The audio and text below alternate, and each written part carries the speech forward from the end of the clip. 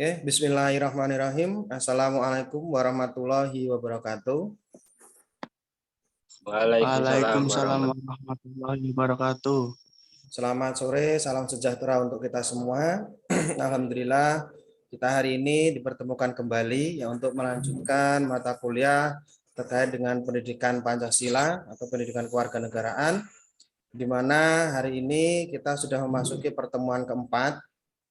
Di mana pertemuan keempat ini kita akan membahas materi tentang integrasi nasional ya. Nanti kita akan belajar terkait dengan materi integrasi nasional. Sebelumnya saya akan share terlebih dahulu materinya ya.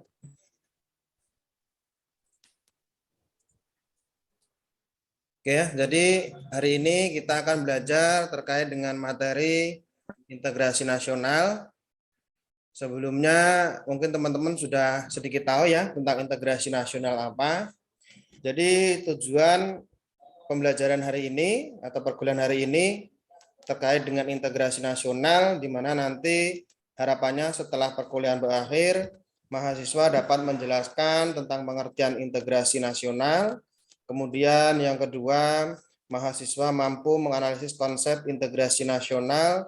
Kemudian yang ketiga, diharapkan mahasiswa mampu menjelaskan bentuk-bentuk faktor pendorong dan penghambat integrasi nasional itu seperti apa. Oke ya, kita langsung saja masuk ke materi. Yang pertama adalah pemahaman terlebih dahulu terkait dengan integrasi nasional. Ya, apa sih integrasi nasional itu? Ada yang tahu nggak kira-kira teman-teman? Apa itu integrasi? Gitu. Ayo, kira-kira apa? Apa itu integrasi? Gitu. Apa? Hubungan, Pak, hubungan. Gimana? Hubungan. Hubungan ya. Ya. Oke, mungkin yang lain kalau ada yang menjawab apa itu integrasi? Apa kira-kira? Tadi ada kawannya menjawab tentang hubungan gitu ya. Oke, kita akan lanjutkan. Jadi kalau kita memahami integrasi itu berasal dari dua kata ya. Yang pertama adalah integrasi dan nasional. Jadi arti dari integrasi itu sendiri apa? Ya di sini dijelaskan integrasi adalah menyatu padukan atau menggabungkan dan mempersatukan. Kalau tadi temannya menjawab menghubungkan gitu ya, itu maksud bisa lah ya, bisa diterima. Kemudian yang kedua itu terkait dengan nasional atau artinya sebuah bangsa. Oke, selanjutnya, nah di sini akan memahami apa itu integrasi nasional, gitu kan.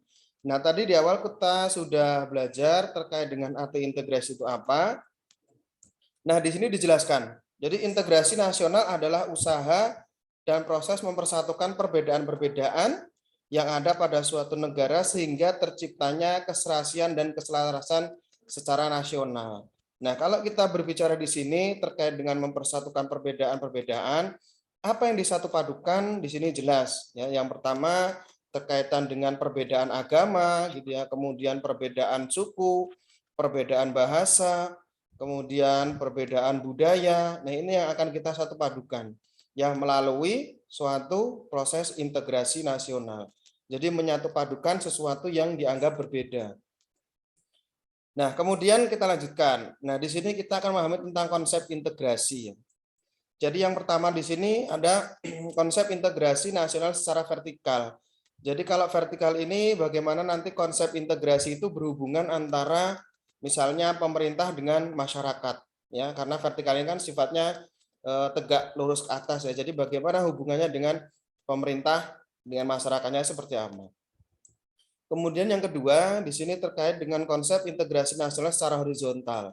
Nah, kalau horizontal ini kan garis mendatar gitu ya. Jadi yang menghubungkan antara kita dengan masyarakat lain. Misalnya konsep integrasi penyatu paduan dari segi agama gitu kan. Kemudian konsep integrasi dalam satuan budaya atau suku dan bahasa. Nah, jadi kedua ini konsep integrasi nasional yang memang bisa disatu padukan dalam sebuah integrasi nasional. Nah, kemudian yang berikutnya di sini ada beberapa pengertian integrasi nasional ya menurut pendapat para ahli. Yang pertama itu secara politis. Di sini dijelaskan sebagai penyatuan berbagai kelompok budaya dan sosial dalam kesatuan wilayah nasional yang membentuk suatu identitas nasional. Ya, identitas nasional kita jelas. Jadi disatu padukan melalui perbedaan-perbedaan sehingga membentuk suatu identitas nasional. Nah, kemudian yang kedua, ini terkait dengan secara antropologis. Jadi penyesuaian antara unsur kebudayaan yang berbeda sehingga mencapai suatu keserasian fungsi dalam kehidupan masyarakat. Jadi ketika sudah disatu padukan melalui integrasi nasional ini, di sini akan terbentuk adanya keserasian antar masyarakat di dalam kehidupan sehari-hari. Nah, inilah fungsi dari adanya integrasi nasional. Nah, kemudian yang ketiga, ini menurut pendapat Sujati Jiwandono ya, cara bagaimana kelestarian persatuan nasional dapat diselamatkan dengan menentukan nasib sendiri. Ya, jadi ketika kita ingin menyatu padukan integrasi, kita harus bagaimana memikirkan tentang nasib, ya terutama nasib bangsa ini mau dibawa kemana.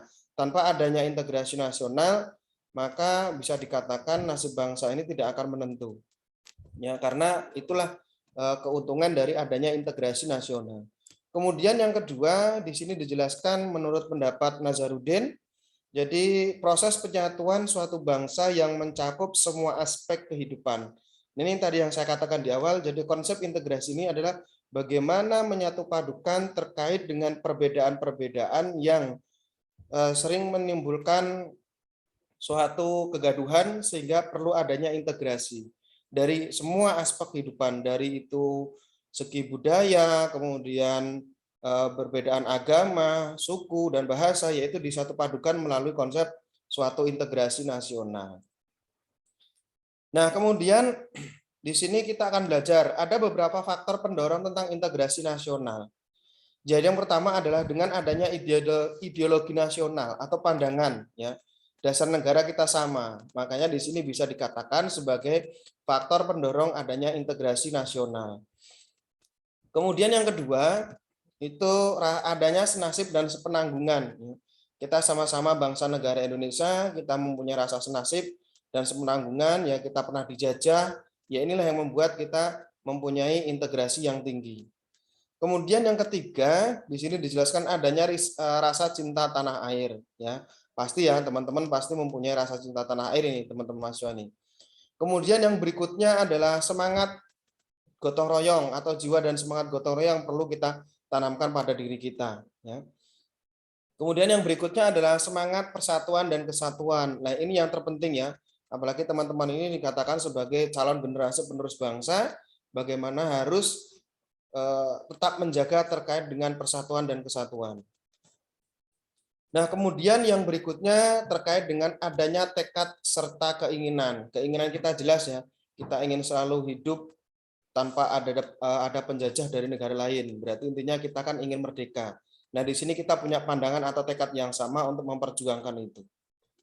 Nah, kemudian yang berikutnya adanya ancaman dari luar negeri yang sekarang ini kita lihat, ya ancaman itu banyak sekali. Ya ini yang menjadikan kita mempunyai rasa semangat untuk membentuk adanya integrasi nasional. Nah, kemudian di sini adanya penggunaan bahasa Indonesia ya, yang dikatakan sebagai bahasa pemersatu. Ya, bahasa pemersatu bangsa ini yang selalu kita junjung tinggi ya. Jadi dimanapun kita berada, kalau kita tidak bisa menggunakan bahasa daerah, pemersatu kita adalah bahasa Indonesia. Oke, kemudian yang berikutnya adalah terkait dengan kepribadian dan pandangan hidup. Ya. Kepribadian kita dan pandangan hidup kita tentang bangsa ini juga menjadikan faktor terkait dengan adanya pendorong integrasi nasional. Jadi dari beberapa hal yang saya sampaikan ini adalah termasuk dari faktor pendorong integrasi nasional. Jadi untuk membentuk integrasi nasional ya kita melalui ini. Nah, selain dari faktor pendorong, di sini juga ada pemahaman kita terkait dengan integrasi nasional yang ini ada kaitannya dengan faktor penghambat. Jadi faktor penghambat integrasi nasional itu apa? Kalau di depan tadi kita sudah berbicara faktor pendukungnya apa, sekarang kita berbicara tentang faktor penghambat. Yang pertama faktor penghambatnya adalah lemahnya nilai-nilai budaya. Ya misalnya budaya saling menghargai gitu kan. Ya budaya saling menjunjung tinggi, ini yang sudah mulai pudar sehingga faktor penghambat ini menjadi istilahnya faktor tentang penghambat integrasi nasional. Kemudian yang berikutnya tentang etnosentrisme, ya. Ini adalah berbicara terkait dengan tentang kebahasa atau kesukuannya. Ya, dia memandang maaf, oh dia sukunya berbeda, jadi kita nggak perlu bersatu. Nah, ini yang dimaksud tentang etnosentrisme tadi. Nah, kemudian yang berikutnya, yang ketiga itu adalah ketidakmerataan. Nah, ketidakmerataan ini kita bisa lihat misalnya dari segi pembangunan ya, yang terjadi di masing-masing daerah, ini juga bisa menjadikan faktor penghambat adanya integrasi nasional. Karena mereka merasa tidak diperdulikan misalnya ya, akhirnya dia buat apa kita bersatu, mendingan kita berpecah belah. Nah, ini adalah satu contoh bahwasanya adanya ketidakmerataan dari segi pembangunan. Nah, kemudian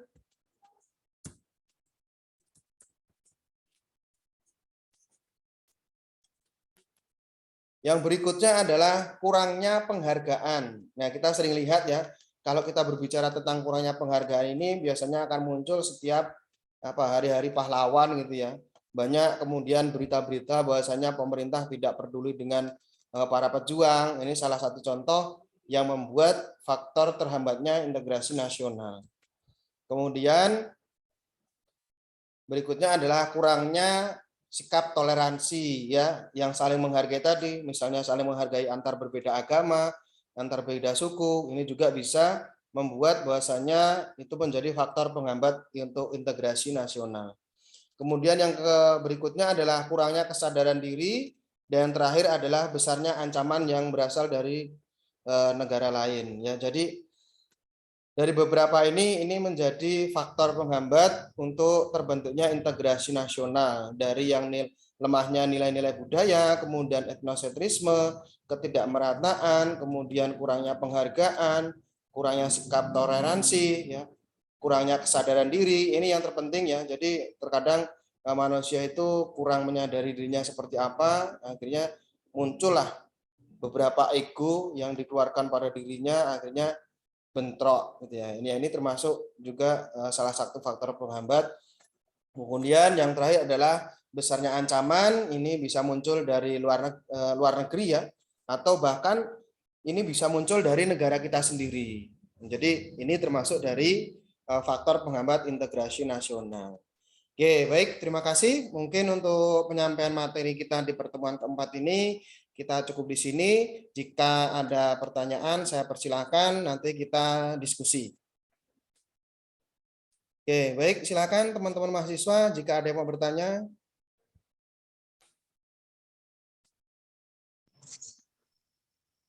Oke, silakan. Siapa yang mau bertanya?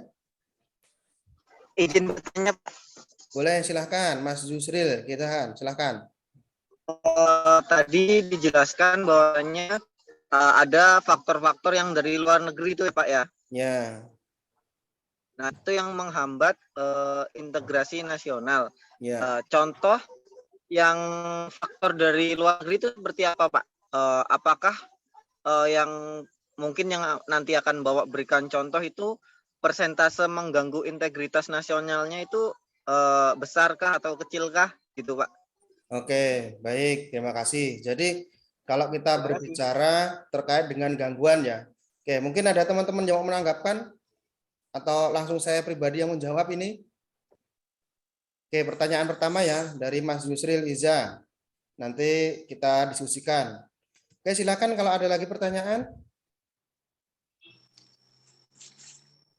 Saya Pak. Oke, silakan, Mas Deden. Saya bertanya, apakah ada undang-undang yang mengharuskan kita untuk selalu itu Pak, mengembangkan apa tadi Integrasi ya. integrasi Oke. nasional Pak. Oke, ada lagi? Mungkin silakan. Silakan kalau ada.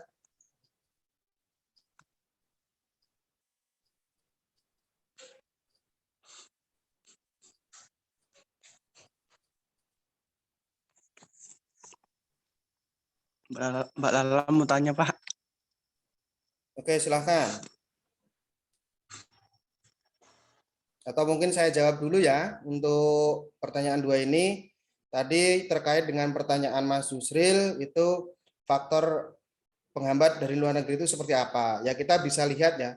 Contoh-contoh yang bisa menghambat adanya integrasi nasional kalau kita sering melihat itu sekarang ya mungkin kemarin sempat ramai ya terkait dengan adanya isu teroris yang dari ISIS itu juga bisa menyebabkan sebagai salah satu bentuk ancaman untuk mewujudkan integrasi nasional. Karena kalau kita melihat berita ISIS itu kan sudah menyebar dan itu bisa memecah belah suatu negara yang awalnya mau integrasi akhirnya bisa disintegrasi. Jadi adanya pemecahan-pemecahan yang memang sudah dibentuk oleh negara kita sendiri. Itu yang pertama. Kemudian adanya masuknya budaya-budaya yang memang itu sekiranya dianggap kurang pas untuk negara Indonesia. Jadi budaya-budaya yang masuk yang sifatnya akan merusak terkait dengan identitas nasional itu juga dikatakan sebagai penghambat. Gitu. Jadi contohnya ada 2 tadi ya terkait dengan adanya isu-isu teroris yang keluar dari organisasi tadi ya, ISIS itu kan muncul ya sempat muncul dan sampai hari ini pun itu masih ada beritanya gitu kan. Itu sudah salah satu bentuk faktor yang bisa menghambat terjadinya integrasi nasional. Kemudian yang kedua tadi saya sampaikan tentang adanya budaya-budaya yang memang itu bukan menjadi budaya atau kebiasaan bangsa Indonesia, akhirnya datang dari luar negeri dan itu juga bisa merusak adanya integrasi nasional. Nah, kemudian jawaban yang kedua terkait dengan pertanyaan Mas Deden, apakah ada undang-undang yang mengatur tentang integrasi nasional? Di sini dijelaskan, jadi kalau berbicara integrasi nasional ini kan ada kaitannya dengan istilahnya bela negara.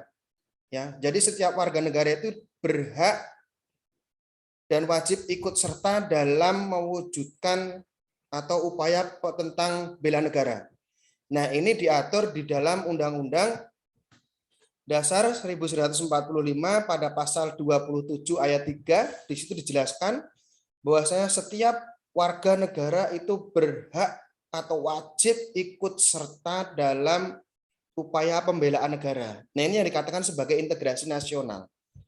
Ya, jadi bela negara itu jelas memang itu sudah menjadi kewajiban sebagai warga masyarakat khususnya kita sebagai warga negara Indonesia.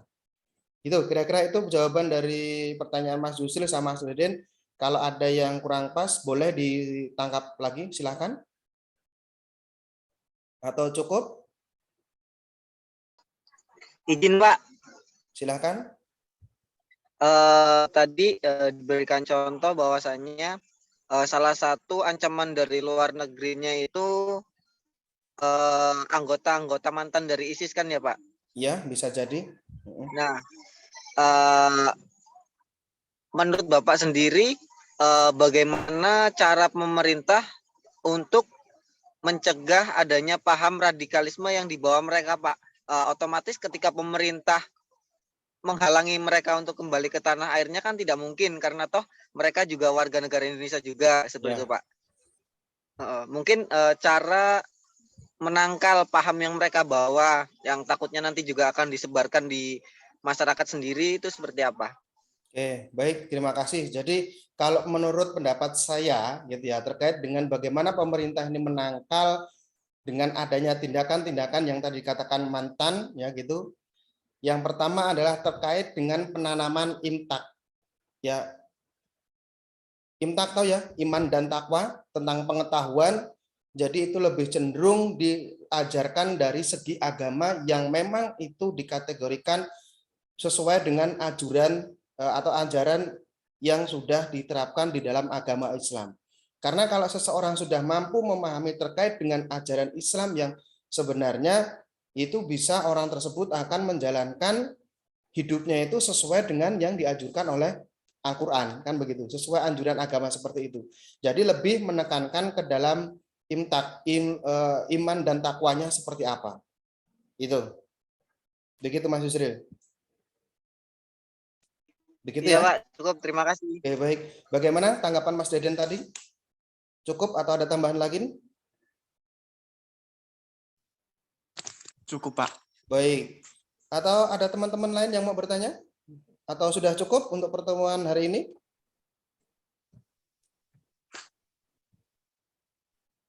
Halo? Gimana untuk yang lain? Apakah masih ada tanggapan lagi? Tidak? Oke, baik. Cukup ya? Cukup. Baik, kalau cukup, saya ucapkan terima kasih kepada teman-teman. Sebelum saya tutup, sedikit saya akan memberikan kesimpulan terkait dengan materi hari ini tadi tentang pemahaman integrasi. Bahwasanya kita sebagai warga negara Indonesia ini harus mampu dan bisa mengupayakan terkait dengan pembentukan integrasi nasional, karena manfaat dari pembentukan integrasi nasional ini sendiri adalah wujud dari suatu tujuan cita-cita negara yang memang diinginkan untuk mempersatukan dari beberapa aspek tentang perbedaan, baik itu perbedaan tentang agama, perbedaan budaya, perbedaan bahasa, dan terkait dengan perbedaan agama. Jadi itulah pentingnya dari integrasi nasional. Baik teman-teman, terima kasih atas kesempatannya hari ini. Dan saya ucapkan kepada teman-teman sudah terima kasih, sudah meluangkan waktu untuk mengikuti perkuliahan pada hari ini. Selebihnya saya ucapkan terima kasih. Saya akhiri. Assalamualaikum warahmatullahi wabarakatuh. Waalaikumsalam warahmatullahi wabarakatuh.